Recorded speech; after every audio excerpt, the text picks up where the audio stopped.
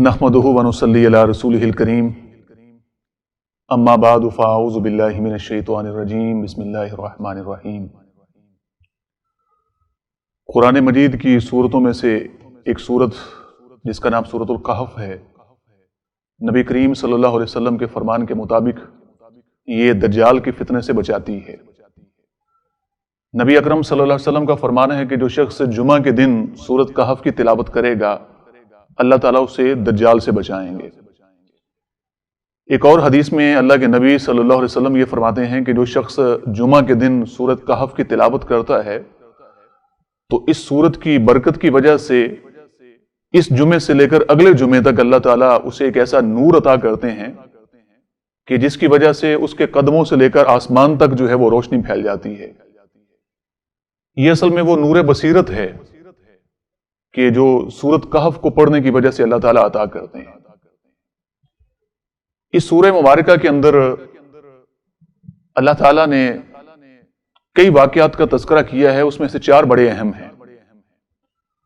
उन चार वाकयात से हमें जो सबक मिलते हैं उनको अगर इकट्ठा कर लिया जाए तो असल में उनके जरिए से इंसान दज्जाल के फितने से बच सकेगा। इस सूरह मुबारका के बिल्कुल शुरू में अल्लाह ताला ने असहाबे कहफ का तज़किरा फरमाया है। ये चंद नौजवान थे कि जिन्हें बादशाह के जुल्म सितम से बचकर एक गार के अंदर पनाह लेना पड़ी। बेबसी का आलम है, लेकिन इस हालत में भी उन्होंने अल्लाह ताला के साथ वफादारी को अपनाया। इससे हमें यह सबक मिलता है कि बिगड़े हुए हालात में अच्छे लोगों के साथ मिलजुल कर रहा जाए, उनकी सोहबत इख्तियार की जाए तो उस आने वाले दौर के फितनों से बचा जा सकता है। इससे आगे चलते हैं तो अल्लाह ताला ने दो अफराद का तज़किरा किया है कि जिनमें से एक वो था कि जिसे अल्लाह ताला ने दो बागात दिए हुए थे और एक वो था कि जिसके पास कुछ भी नहीं था, लेकिन उन दो बागात की वजह से वो धोखे में आ गया और उस पर मादियत परस्ती का ऐसा हमला हुआ कि उसने अल्लाह का भी इनकार कर दिया, आखिरत का भी इनकार कर दिया। तो इस वाक़े से हमें यह सबक मिलता है कि हमें असल में आखिरत की फिक्र करनी चाहिए और जो मुसब्बबुल असबाब है अल्लाह ताला की जात, हमारा सारा तवक्कुल, सारा भरोसा अल्लाह ताला की जात पर होना चाहिए और मादियत परस्ती से निकलना चाहिए। इसलिए कि असल में जो दज्जालियत है वो मादियत परस्ती ही है। तो जितना हम मादियत परस्ती से निकलेंगे, मेटीरियलिज्म से निकलेंगे, उतना ही अल्लाह ताला की जात पर हमारा पुख्ता यकीन होता चला जाएगा। आगे बढ़ते हैं तो तीसरा तज़किरा आपको मिलेगा हजरत मूसा का और खिजर का।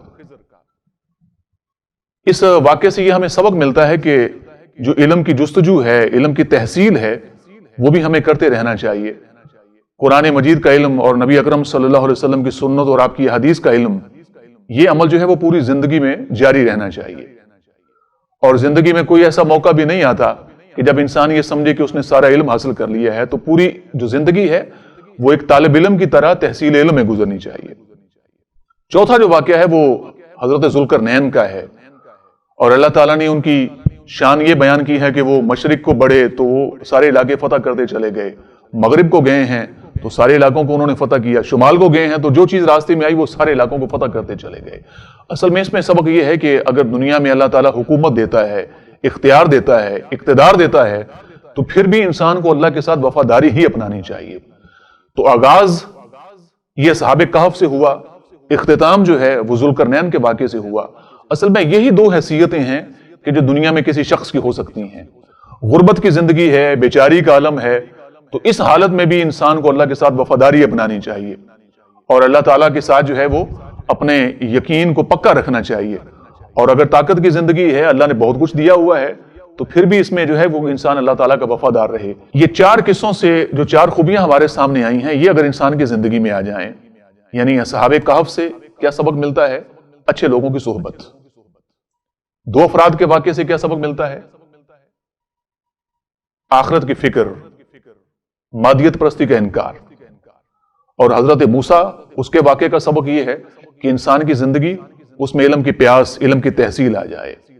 और जुल्करनैन का वाक़या, उसका सबक यह है कि इंसान हर हाल में अल्लाह ताला का वफादार रहे। तो ये चार खूबियां अगर किसी इंसान के अंदर आ जाएं अल्लाह ताला की तौफीक से, तो बड़ी उम्मीद की जा सकती है कि अल्लाह ताला उसे दज्जाल के फितने से बचा लेंगे। अल्लाह ताला से हमें दुआ करनी चाहिए कि वो इन खूबियों को हमारे अंदर पैदा कर दें اور دجال کے فتنے سے ہمیں اللہ تعالیٰ اپنے فضل و کرم سے بچا لیں۔